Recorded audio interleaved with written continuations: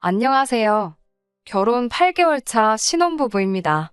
저는 34살, 남편은 37살이에요. 결혼이 많이 늦은 편입니다. 결혼하기 전 연애를 5년이라는 긴 시간 동안 했어요. 결혼 이야기는 이미 연애 시작하고 나서 얼마 되지 않아서부터 서로 오가기 시작했어요. 남편이 대학 졸업 후 바로 중견기업에 취직할 수 있었어서 기반이 많이 다져진 상태였고, 저도 남편이 다니는 회사만큼은 아니지만 같은 업계에서는 알아준다면 알아주는 회사에 다니면서 연차수도 오래돼서 벌이가 나쁘지 않은 편이었거든요. 이미 결혼이 준비된 두 남녀가 끝끝내 5년이라는 긴 시간을 보내고 결혼식을 올리게 된 이유는 바로 아주버님 때문입니다. 남편이 둘째로 위로 형이 한 명 있거든요. 올해로 41살인데 아직도 결혼을 못했습니다. 남편에 비해서 스펙이 딸린다거나 하는 건 아니에요. 머리도 비상하다고 들었고 어디 유명한 IT 쪽 회사에서 나름 인지도가 있는 연구원이라고 들었습니다. 그런데 조금 자기만의 세상에 갇혀 사는 듯한 느낌을 지울 수는 없었습니다. 아마도 그래서 홍기를 놓치고도 아직도 변변찮은 여자 한 명 없이 계속 독수공방하고 있는지도 모르겠네요. 처음엔 아주버님이 결혼을 반대한 건 아니었어요.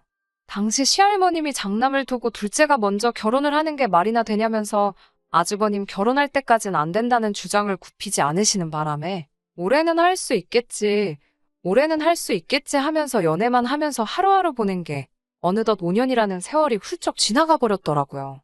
시할머님이 아직도 살아계셨다면 아마 결혼은 상상도 못했을 거예요. 그렇다고 제가 고인이 되신 시할머님의 뜻을 무시하거나 하는 건 아닙니다. 다만 아주버님에 대한 애착이 대단하셨기 때문에 효자이신 시아버지께서 절대 시할머니 뜻을 거역하지 않으실 거란 거는 이미 알고 있었기 때문이에요. 시할머님께서 돌아가시고 나서 그제서야 정신을 차리신 시아버지 주도로 저희 결혼식이 차근차근 준비되기 시작했습니다.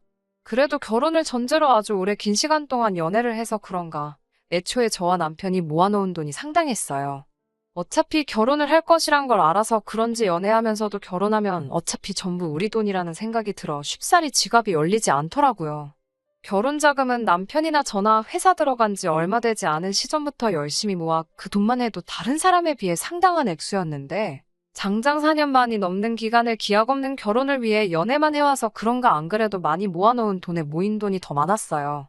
애초에 처음에는 수도권 외곽에 신혼집을 구할 생각으로 있었는데 시간이 지나다 보니 서울에 전세집을 알아보게 되었고 그러다가도 또 돈이 모이니 아예 대출을 끌어모아 자가를 갖는 게 어떤가 했어요.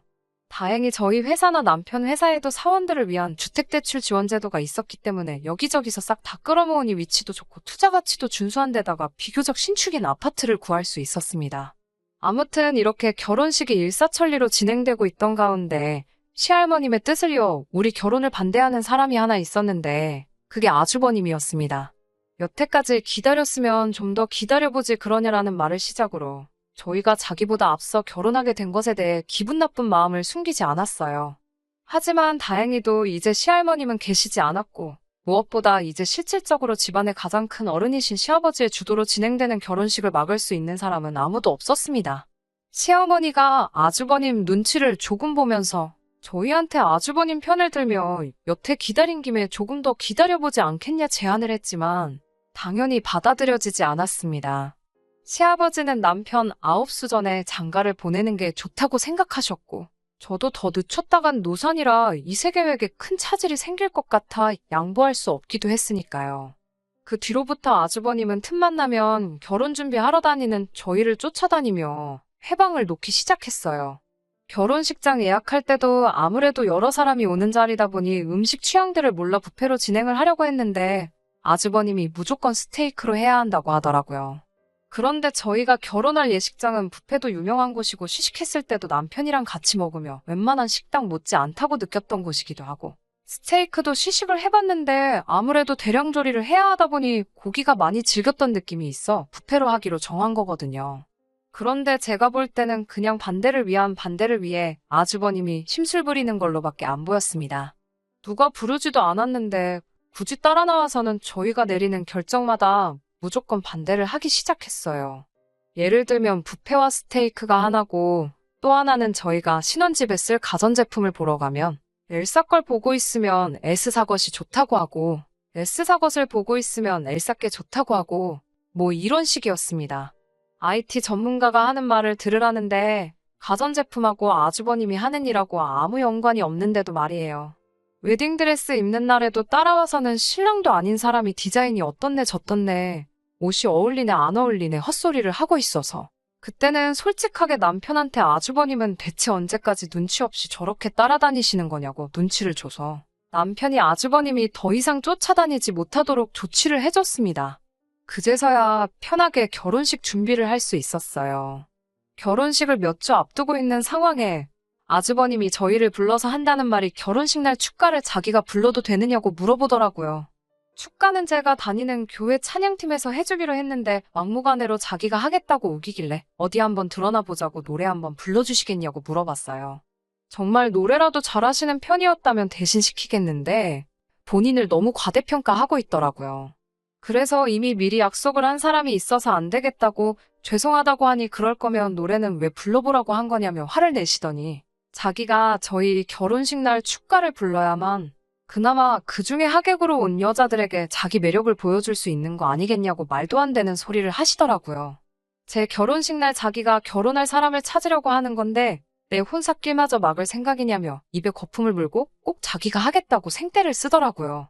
그 노래에 과연 누가 아주버님한테 관심을 가질지도 미지수였지만 제 한 번뿐인 결혼식 축가를 아주버님이 부르게 냅둔다는 것만큼은 용납할 수 없었습니다. 갖은 방법을 써서 아주버님 설득시키고 결국 어찌어찌 잘 넘어갔지만 정말 결혼식 준비하는 내내 아주버님 때문에 아주 짜증이 나고 스트레스 받는 일이 한두 번이 아니었어요. 제 친구들 부케 받는데 거기까지 따라 나와서 지가 부케를 받으려고 하는 통에 난리도 아니었습니다. 부케를 받은 아직 결혼 안 한 제 회사 동료한테 가서는 자기는 어떠냐고 되지도 않는 매력 어필을 하고 있더라고요. 아무튼 어찌저찌 별탈 없이 결혼식을 넘겼어요.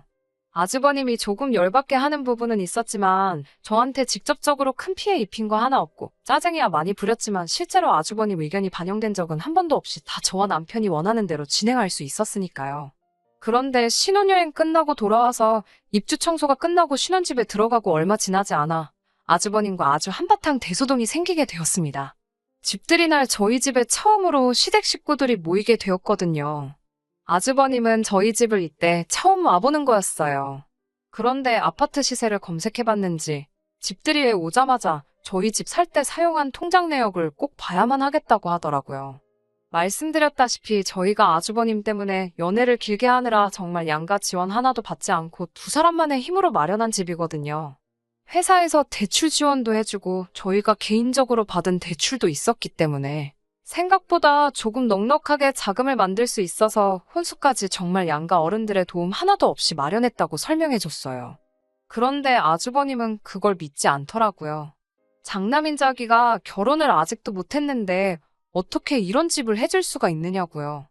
혹시 자기가 지원받아야 할 돈까지 전부 받아서 집을 구한 거 아니냐는 식으로 의심하더라고요. 아주버님 본인도 시아버지가 자신을 탐탁치 않게 생각하는 걸 알고 있는 듯 했습니다. 우리 둘이 벌어서 모은 걸로 산 거라고 아무리 말을 해도 믿지를 않더라고요. 저희가 집 하는데 정말 아무런 도움 없이 한 거기 때문에 증명하는 거야 아무 문제도 아닌데 이런 걸 일일이 증명해 보이고 싶지도 않았습니다. 시어머니는 아주버님에게 쩔쩔매면서 저희가 하는 말이 진짜라고 너 결혼할 때 지원해줄 돈은 아직도 그대로 있고 전부 다 우리들 스스로 한 게 맞다고 했습니다. 그랬더니 곧바로 태도를 바꾸면서 자기가 아니었으면 이런 좋은 아파트를 자가로 구했겠냐고 전부 다 자기 덕이니 고마워하라고 은혜를 갚으려면 나중에 자기한테 외제차 한 대쯤은 뽑아달라고 하더라고요. 그 자리에서 남편도 기분이 많이 상해 보였지만 저는 정말 화가 머리 끝까지 났어요. 생각해보세요. 제 나이가 이제 34입니다. 지금 남편하고 결혼까지 했으니 다행이지 그렇게 연애만 길게 하다가 헤어졌더라면 저는 결혼 시장에서 경쟁력이 없어지잖아요. 시할머님 돌아가시고 허겁지겁 준비한 거라 사실 그렇게 준비할 시간이 넉넉했던 것도 아니고 준비하면서도 그렇게 회방을 놓았었잖아요. 결혼식도 부르고 싶은 사람 정말 많았지만 코로나 때문에 하객도 많이 부르지 못하고 평생에 한 번 가는 신혼여행도 해외로 나갈 수가 없어서 국내 여행으로 끝내야만 했었습니다. 거기에 이미 아이 갖기에도 늦은 편이라 지금 곧바로 아이를 가진다고 해도 노산인데 이게 다 누구 때문에 늦어진 건데 고작 이런 거 가지고 고마워하라 마라 운운하고 있으니 열이 받더라고요. 이 집이 아니었어도 암만 그동안 둘이서 안 쓰고 모았다고 한들 5년 사이 오른 서울 아파트값 생각해보면 저희가 손해본 거나 마찬가지일 텐데 말이에요. 진짜 그 자리에서 뺨싸다귀를 한 대 올려붙이고 싶었는데 남편이 제가 열받은 거 눈치채고 말려줘서 겨우 참았습니다. 아무튼 방금 말씀드린 대로 저희가 늦게 결혼을 한 만큼 서로 마음이 급해 산부인과 가서 둘 다 검사 받았고 하루빨리 날 잡으라는 이야기 듣자마자 엄청 열심히 노력했어요. 그리고 자연 임신에 성공하게 되었습니다. 혹시나 하는 마음에 시술 받으러 병원 예약한 걸 갈 필요가 없게 되었습니다. 양가에 임신했다는 소식을 알리니 아주 날아갈 듯이 기뻐하셨어요.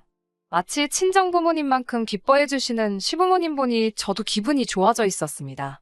그날 저녁에 저는 침대에 기대서 책을 읽고 있고 남편은 씻으러 화장실에 가 있는데 남편 전화기로 전화가 한 통 걸려오더라고요. 아주버님이었습니다. 전화를 받으니 전화기 너머로 술 냄새가 느껴질 정도로 아주 혀가 꼬부라져 고주망태가 되어 있는 상태였어요. 그러더니 제가 누군지는 확인하지도 않고 아주 시작부터 욕짓거리로 전화를 시작하더라고요. 그러면서 하는 말이 아주 내가 잠자코 있으니까 만만하게 보는 거냐며 너무 경우가 없다고. 새치기를 해도 정도껏 해야지. 전부 나보다 먼저 할 셈이냐며 남편에게 입에 담기도 힘든 욕을 퍼붓더라고요. 제가 듣다 참을 수가 없어서 전화를 받아 대꾸했어요. 대체 우리한테 원하는 게 뭐냐고. 지금 뭘 어떻게 해줘야지 그 입을 단 하루라도 담을 수 있냐고 성질을 내며 따졌죠. 방에서 큰 소리가 나니 심상치 않음을 느낀 남편이 씻다 말고 후다닥 뛰어나오고 제가 전화로 아주버님하고 서로 욕짓거리 하면서 싸우고 있는 걸 뜯어말리더라고요. 그리고는 전화를 뺏어 받아서 너 지금 미친 거냐고 아주버님한테 너 거리면서 화를 내기 시작했습니다. 그래도 형이라고 제 앞에서일지라도 단 한 번도 형님 하면서 존댓말 한 번 낮춘 적 없는 남편이었는데 정말 의외였습니다. 아무튼 저도 그동안 참았던 거 한 번에 다 쏟아내기도 했고 남편이 전화기 이어받아서 아주버님에게 욕을 하고 있으니 갑자기 그동안 묶었던 게 한 번에 빠져나가는 것처럼 온몸에 힘이 쫙 빠지더니 방바닥에 주저앉듯 쓰러지게 되었고 그때부터 눈물이 마구마구 흐르더라고요. 정신을 차리고 눈을 떠보니 병원 침대 위였습니다. 다행히 아이한테는 아무 일도 없었다네요. 스트레스 때문에 잠깐 혼절을 했던 거였어요. 병원에는 남편과 시부모님이 혼비백산한 표정으로 저만 쳐다보고 있더라고요. 다행히 뱃속의 아이한테는 아무 이상이 없었어요. 그래도 조심해야 한다는 의사 선생님 말에 다들 안도의 한숨을 내쉬는 가운데 긴장의 끈이 풀리니 다들 그 화가 아주버님한테 향하더라고요. 남편이 그 자리에서 아주버님에게 전화해서 당장 와서 무릎 꿇고 사과를 하라고 언성을 높였습니다. 전화기 너머로 서로 언성이 커져 큰 소리가 오가니 아주버님이 무슨 말을 하는지 다 들렸는데 내가 왜 사과를 해야 되냐고 오히려 큰 소리를 뻥뻥 치고 있더라고요.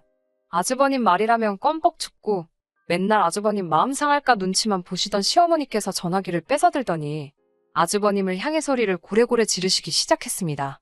안 그래도 너네 할머니 때문에 순서 지킨다고 젊은 시절 다 보낸 애한테 미안하지도 않냐고. 그래도 꿋꿋이 기다려주고 마음 변하지 않은 것만 봐도 네 동생은 너 같은 놈이 평생을 걸쳐도 만날 수 없는 대단한 여자를 만난 거라고. 왜 결혼을 못하나 했더니 인간이 덜 돼서 못한 걸 자기가 몰라봤다며 결혼을 하던 말던 혼자서 알아서 살라고 앞으로 결혼이 되었든 자기들로부터 뭐 하나라도 받을 생각 하지 말고 한 달 시간을 줄 테니 집에서 나가 독립하라고 선언을 하시더라고요. 나이 40에 부모 집에서 얹혀 사는 놈이 잘도 장가를 가겠다고요. 기운이 없어서 침대에 누워 있었지만 그 장면을 보는데 배꼽이 빠질 정도로 우습더라고요. 맨날 집에서 자기가 왕인 것 마냥 소리 지르던 아주버님이 찍소리도 못하고 있으니 속이 너무 후련했고요. 지금도 아직 가장 조심해야 한다는 임신 초기입니다. 살짝 표가 나게 배가 부르기 시작했어요. 아이는 건강히 무럭무럭 자라고 있습니다. 아주버님은 결국 집에서 쫓겨나서 어디 월세방 구하셔서 혼자 지내고 있다고 들었어요. 쫓겨난 게 속 시원한 것보다 앞으로 한동안 얼굴 볼 일이 없어서 너무 좋습니다. 자기 때문에 희생한 세월이 얼마인데 축하는 못해줄 망정 경우를 따지는 게 너무 화가 나서 어떻게든 한 방 먹여주고 싶었는데 자기 스스로 제 무덤을 팔 거라고 누가 생각을 했겠어요? 아주버님이 정신을 차릴지는 나중 가서 알 문제고 저는 뱃속의 아이 건강을 위해서라도 행복하고 좋은 일들만 생각하며 지내볼 생각입니다. 좋은 소식 기다려주세요. 그러면 이제 사연 마치도록 할게요. 끝까지 들어주셔서 감사합니다. 오늘의 사연은 여기까지입니다. 구독과 좋아요, 알람 설정 부탁드리고 더 좋은 사연으로 다시 찾아뵙겠습니다. 감사합니다.